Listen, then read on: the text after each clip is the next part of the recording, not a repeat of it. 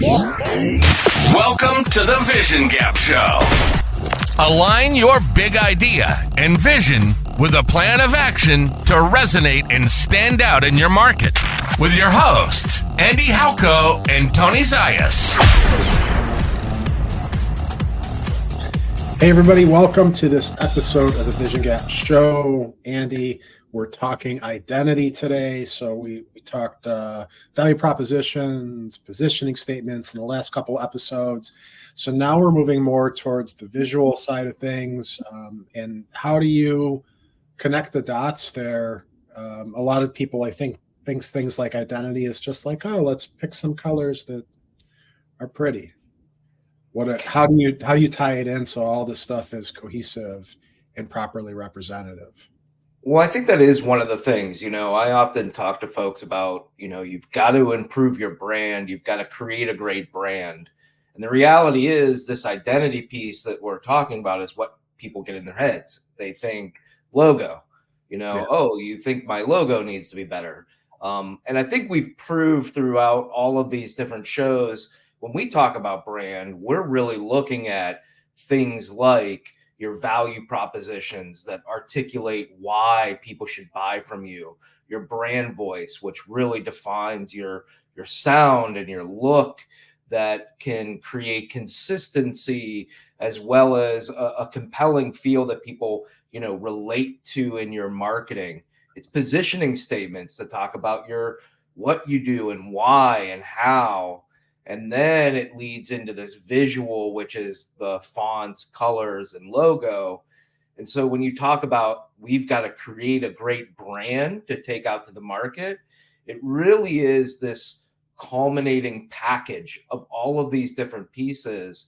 And this identity that we're talking about today is just, one of those key pieces. But I think the important thing for folks to know is with identity, it is about consistency. You want to make sure that if you're doing design, you're producing sales documents, you're even producing customer service documents, that you're leveraging the right logo, the right colors, the right font, all of those things, because it makes you come across as a more sophisticated and professional organization.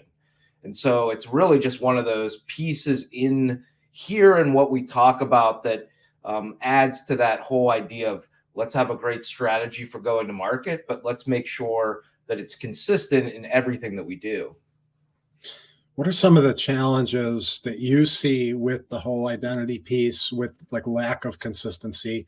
I'll say that I think often it's hard to find that like source of truth, and people will kind of guess at colors and fonts and things like that. What are some of the things that you're seeing with clients? Yeah, I mean, there's a couple. One, we'll even start out with the fact of creating it. I mean, a lot of companies have their own, they've developed these fonts, colors, and brand. The reality is, though, that when you go through that process of creating new value propositions, a new brand voice, there's times where those pieces don't reflect anymore who you are. So there is this process of, hey, our current logo, our current colors, maybe they're not the best reflection of who we are. And so that first process is obviously getting that right and aligning it to that strategic messaging, that brand voice. The other issue to what you're hinting at is it's funny. You go in organizations and you get a lot of employees that have played with PowerPoint in the past, have played with Canva. And then when they get in there to create something for the organization, that creativity comes out and it's not policed, right? And whether it's that they don't know where the original true values are, like what is our font, what are our exact colors, or it's folks that just literally, want to show off their creativity or think something's better. And so it's an interesting thing that then all of a sudden you've got these sales presentations going out that have gradients of different colors than what are your actual brand, or you've got some random document that gets created, and it's a completely different look and feel than anything else in your company. And so I do see that quite a bit. Yeah. So what is the answer? How do we manage all that stuff and develop it out? Yeah, so we've been talking about Frictionless and our own platform and what it can provide for companies. And I think, again, it's good to reiterate, because we've been here before, is that this platform in general, Frictionless, is all about getting your entire team aligned. And whether that's around what your vision is for the company, whether that's around your offerings and what you're really looking to, have as these are exact services and how we describe them, your value propositions, whatever it might be. This is a platform that allows you to kind of centralize that, right?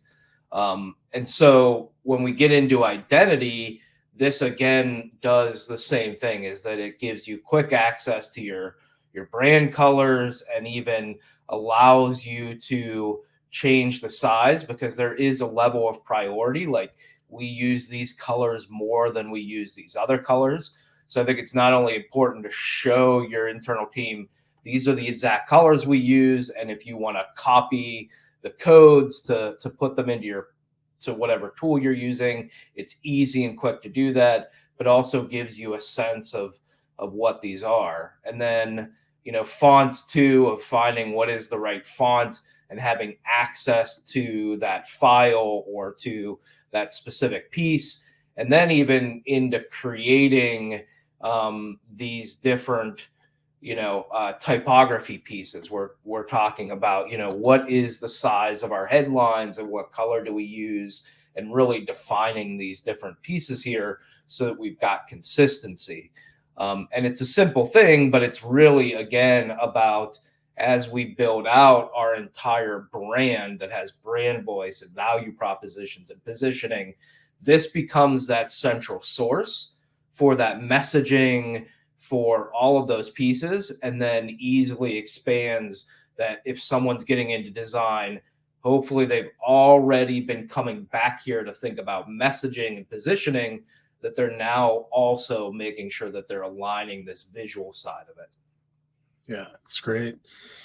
And then we have like inspiration. So you're going to now. So if you're developing, you're looking to refresh your colors, and feel that it's a bit of a daunting task, this makes it easy to get some ideas.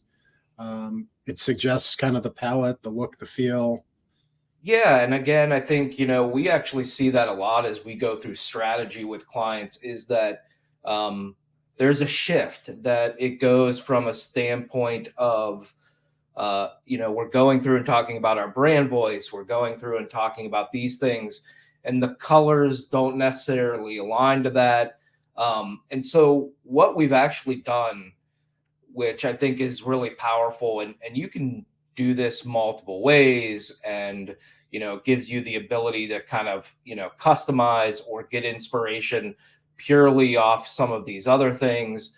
But what the platform does is it's actually pulling in information that you've already filled out around brand voice, what industry your company's in, some of these other pieces. And then it's going through and under the scenes methodology, right? To kind of say, okay, innovative indigo, we were an innovative company, synergy silver, symbolizing the synergy between technology and business strategies, approachable azure. So reflecting the friendly and accessible nature of the company. Digital dandelion, a vibrant dandelion yellow, signifying the digital spark that the company provides to its clients. And so we're actually analyzing some of these colors, and you can come in here and go through this process, and you can refine, you can, add some new words if you want to say, okay, well, I want to follow my brand, but I really want to get something that's a little bit playful, right? And so it not only gives you color suggestions, but also font suggestions, and allows you to easily add those to your different palettes that you might save, whether it's private or shared. And so it's really about just helping you, again, align that brand voice to these visuals, but giving you a great underlying methodology to do that quick and easy, right?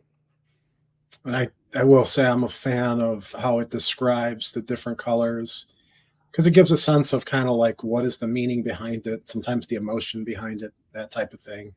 And I think it's really interesting. You said to that point, it's brand voice that this is typically connected to, is that we're trying to represent in visuals what we had defined as that brand voice, back in a prior show. So pretty interesting. For sure. And I think, I agree with you on the colors. Like, that was one thing that we really wanted to put out there, because it's great for companies to have that when they've got an identity, say, oh, here's our optimistic orange. And it really is about energizing and creating a touch of boldness and creativity to the brand. That is something that I think also helps that consistency piece, because when your team sees just a color, oh, we use orange, that's something that's easily like replaced. But when you go out to the team and you say, this is our optimistic orange, and we use it because it adds a touch of boldness and creativity, and it's energizing, now you've got something that people feel a lot more guilt about trying to replace or not using the right one, because it's got purpose and meaning behind it. Yeah, it's good stuff. So inspirations pop up. If you want to add that to your actual palette, you can do it from there. You can add to my colors. And then private identity. So is this for those people that want to be creative and build out their own?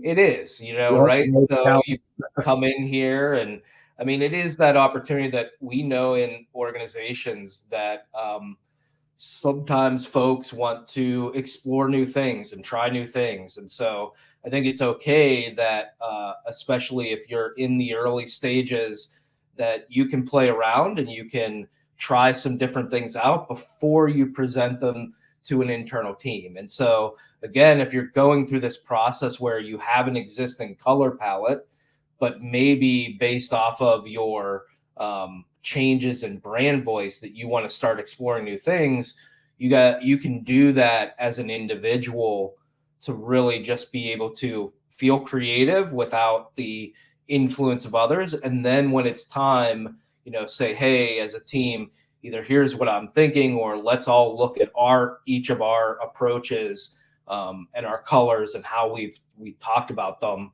And that's something that really gives that ability to have flexibility and creativity, but alignment at the same time. Yeah, that's great. Cool. Well, this is our identity tool. This area is, I think, super intuitive and easy to use. I also like just being able to go and grab the color codes, because that becomes a very useful little element. And then it's on the brand dashboard here. You can see all that. So yeah, pretty cool. Really good stuff. And let me take a look. And I was going to look at what we have coming up for next week, but we're going to be going into messaging. So diving deeper, super important one, right? So we've built all this stuff, all this foundational stuff out, the brand voice, the value proposition, positioning statements. Now we're going to go a little bit deeper into messaging in the next episode. So we'll go from there. So I encourage everyone, go check out Frictionless, try this identity section out and see if you like it. Might be useful to share with your team. So thanks everybody for tuning in, and we will see you guys at the next show. Thanks. This episode of the Vision Gap Show has been brought to you by Frictionless. Build high-impact strategy at scale. Create your vision, brand position, and go-to-market strategy, all in a collaborative AI-enabled workspace. Visit frictionlesshq.com to create your free account today.